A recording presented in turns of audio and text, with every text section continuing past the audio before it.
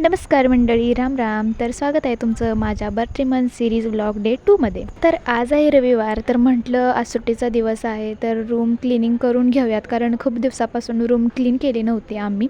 तर म्हटलं आता करून घेऊयात, काय पुढचा काहीतरी प्लॅन होऊ शकतो, त्यामुळे म्हटलं आत्ताच करून घेऊयात. कारण कसं आहे, पुढे काहीतरी प्लॅन होऊ शकतो, कारण माझ्या रूममेटला पण आता सुट्टी नाही आहे, म्हणजे तिला पण कंटिन्यू काम असल्यामुळे ती पण आता थकली आहे. ती पण घरीच होती, पण तरी म्हटलं आता नको जायला, कारण तिला पण थोडीशी विश्रांतीची गरज होती, मलाही होती.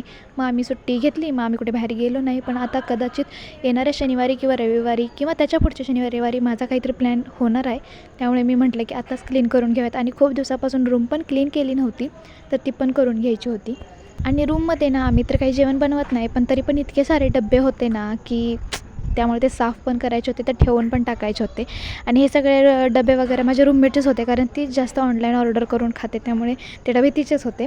तर रूम पण साफ केली मी पूर्णपणे, मस्तपैकी रूम पण साफ केली. पण इतकं छान वाटत होतं ना रूम साफ केल्यानंतर.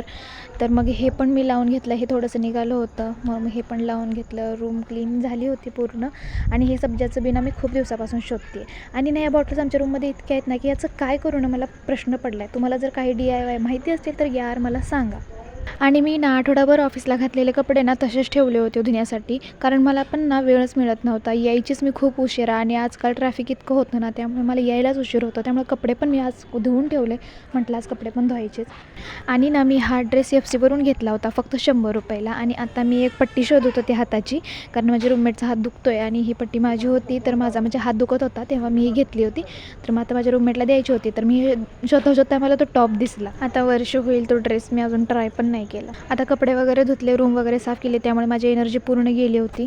तर मग जेवण करून घेतलं, आणि जेवण करून मी झोपले म्हणजे झोपली नव्हती, पण रील्स असं स्क्रोल करत होती. पण डायरेक्ट 6 वाजता उठले.